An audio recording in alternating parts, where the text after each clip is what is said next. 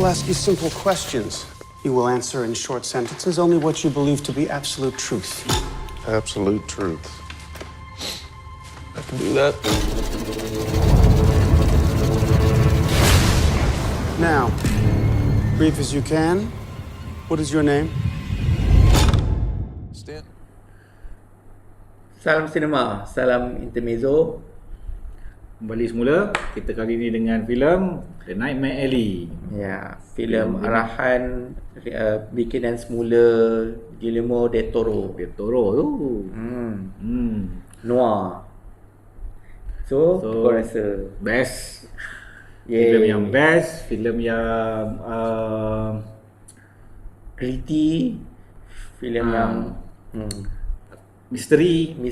lakonan berkesan, semua para pelakon. Wah, pelakon, I tell you, masa mula-mula Bradley Cooper. Masa mula-mula tengok, memang tak tengok siapa pelakon. Ya, aku just tahu yang filem ni Del Toro pasal kau recommend. So okay, aku tengok kan. First scene, okay, Bradley Cooper. Okay, nice. Kan, lepas tu Kate Blanchett. Habis tu dia jalan, belum lagi. Jalan-jalan dia pergi yang ke funfair tu, aku nampak kelibat Hellboy.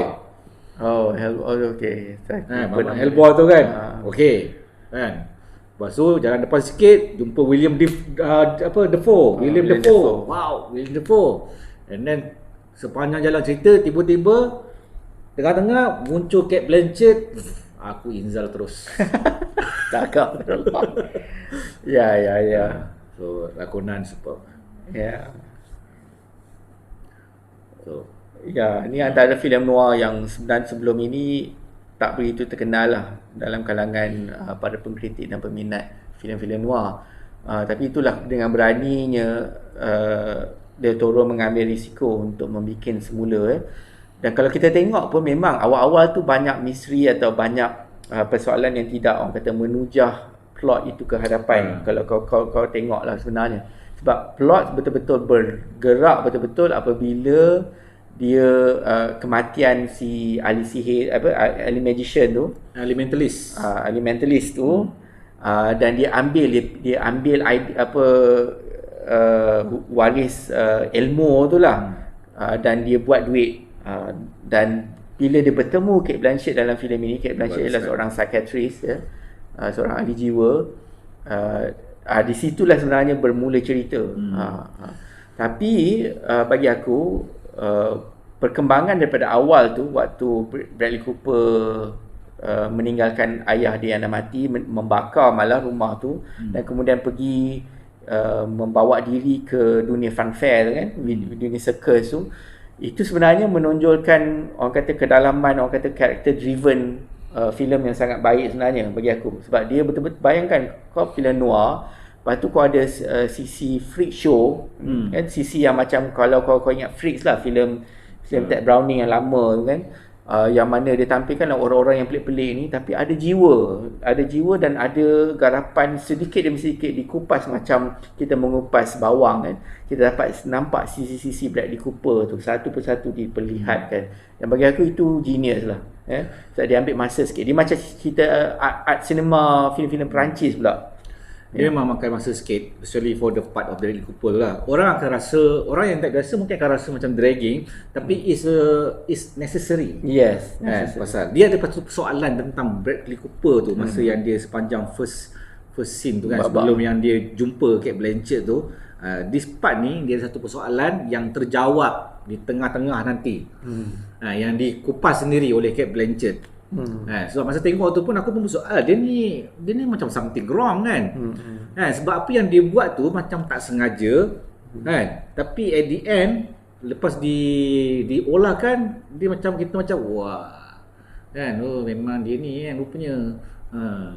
So even ending itu sendiri pun ada kita boleh interpret macam-macam. Kan, adakah dia memang dah putus hidup, ataupun dia kata sebab dia punya ending tu dia just gelak kan, gelak tu tak tahu sebab dia gelak yang mana, dia dah lantaklah aku macam ni je lah kan, aku dah tak ada. Ataupun dia gelak tu kan, kau jaga aku sekarang kat bawah, nanti aku naik, we don't know. Aku pula rasa Bagusnya tentang filem ini, dia juga membawa persoalan yang selalu kita dengar, American Dream tu. Impian Amerika. Impian Amerika ni bro, dia selalu bercerita tentang kita pun ada. Maknanya dalam hidup kita ni, kita nak dapat apa? Kita nak dapat fame, kita nak dapat duit, kita nak dapat cinta. Tiga benda ni lah. Dalam dunia Amerika ni, benda ni selalulah ditampilkan dalam dunia sastra dia dan kemudian filem dia. So dalam filem ini, dia nak tampilkan bagaimana benda tu kau dah dapat datangan, kau boleh hilang macam itu saja kerana moral atau sisi masalah diri kau untuk mengaut ni lah, mengaut cinta, mengaut duit, atau yang mana satu yang kau pilih antara tiga ni. Sebab kalau kau tengok dalam cerita ni, setiap watak ni dia punya conscience atau kesedaran atau naluri kesedaran orang tu jelas. Yang especially Rooney Mara yang kemudian jadi isteri pada Bradley lah. Dia punya yang paling jelas tentang cinta, tentang hidup, tentang kejayaan kan. Sebab itu dia sanggup tinggalkan keluarga dia, so-called keluarga freak dia kan, untuk bersama dengan Bradley. Sebab dia kata, okay, Bradley akan jaga aku, akan bagi apa yang aku nak. Tetapi kemudian kita tahulah apa yang berlaku kan. Lepas tu sisi duit pula, siapa pula persoalan conscious tentang duit, bagi aku yang watak perempuan Australia tu, yang hebat, yang madam tu. Dia dari sisi yang itu pula aku tengok. Dia semua ni berbeza bila dia dah sampai pada sisi yang Cate Blanchett. Cate Blanchett ni dia membuka je. Dia tolong bukakan semua rahsia-rahsia ni kan. Kemudian yang ketiga fame. Fame tu yang aku nampak si Mamat yang ahli magician tu lah.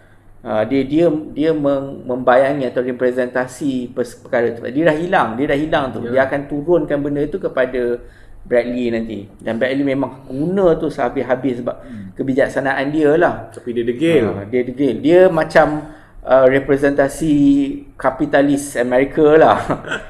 Dia macam tu kan. Kau kena buat cara ni, kau kena jahat sikit, kau kena licik sikit, kau kena tampil, kau kena berlakon depan orang, you know.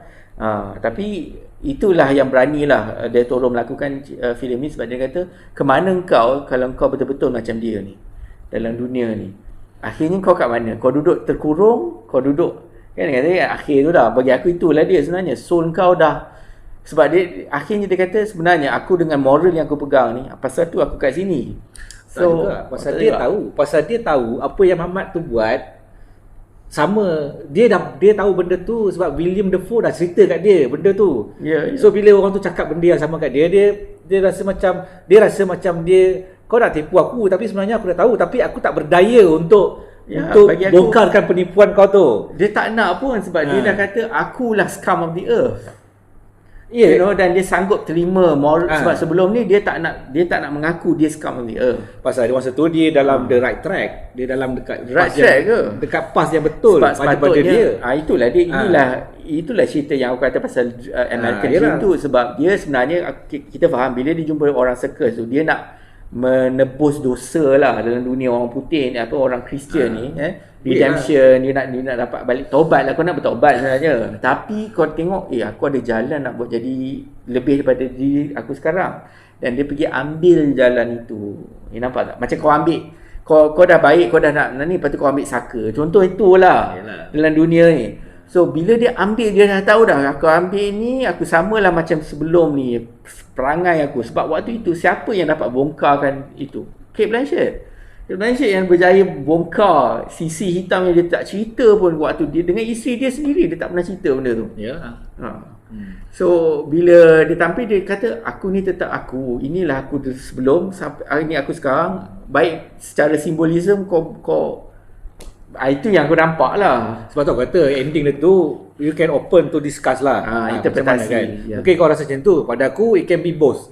It can be both yang dia memang submit dekat keadaan tu, ataupun dia submit sementara yang dia akan bangkit kemudian. Tu tak tahulah. Depends apa yang macam mana kau rasa lah. Sebab dia punya clue tu pasal dia tahu Mamat tu tipu dia. Ya. Tapi kau kena tengok juga kenapa duduk dalam cage tu. Sebab sangka tu kalau kau tengok, dia akan dipaksa ambil dadah kan. Berkali-kali dia ambil dadah. Dia sebab itu yang kena tu pun semuanya Mamat dadah. So apakah simbolisme Mamat dadah dalam dunia ni? Mamat dadah ialah orang-orang yang tidak dapat keluar dari ruang ruang kesedaran lah. Dia tak sedar, dia orang macam dalam dunia mimpi. Ruang khayalan lah.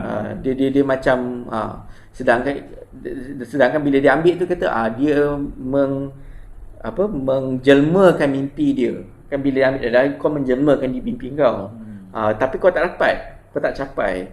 So itu yang aku bayangkan dia lah, dan aku rasa dia kenakan juga semua orang-orang, khususnya masyarakat Amerika yang juga macam itu. Kau bermimpi saja tapi kau takkan dapat. so dia tampilkan juga watak Bradley ni pun samalah. So dia adalah sisi moral didaktik yang dilakukan oleh Del Toro tu, yang mengatakan kau patutnya, orang kata, berlega dalam dunia kehidupan kau saja, daripada kehidupan kau saja tu kau usaha atau jaga dan yalah, hidup dengan baik macam dia dengan patut dia dengan ayah dia kan. So dia sentiasa banyak sikap yang menyesal, banyak sikap yang rasa marah pada keadaan hidup dia kan, yang menyebabkan dia melakukan apa yang dia lakukan, yang korang kena tengok lah. Yalah. So cerita ni banyak lah benda yang nak dikupaskan lah, yang subject tu discuss lah. Sebuah noir yang baik sebenarnya. Sebenarnya ni sebuah noir baru yang bagi aku mungkin sekarang orang tak berapa akan ingat, tapi 10 tahun bagi aku filem ni akan jadi filem besar, filem noir yang orang akan cari-cari, dan Del Toro berjaya lah buat sebuah filem yang bagi aku Kemas, perlu menarik, ditonton. So peminat-peminat Del Toro boleh layan lah. So yang mencari sesuatu yang baru sekarang aku rasa macam tahun ni agak slow movie kan? So macam mana? Kan, dia tunggu-tunggu kan. Ni lambat sikit keluar kan. Fantastic pun bulan 4 Fantastic Beasts kan. So sementara tunggu-tunggu tu, so boleh layani dululah. Nightmare Alley. Sangat seronok ditonton. Okay, jumpa lagi pada video akan datang. Jangan lupa like dan subscribe. Terima kasih.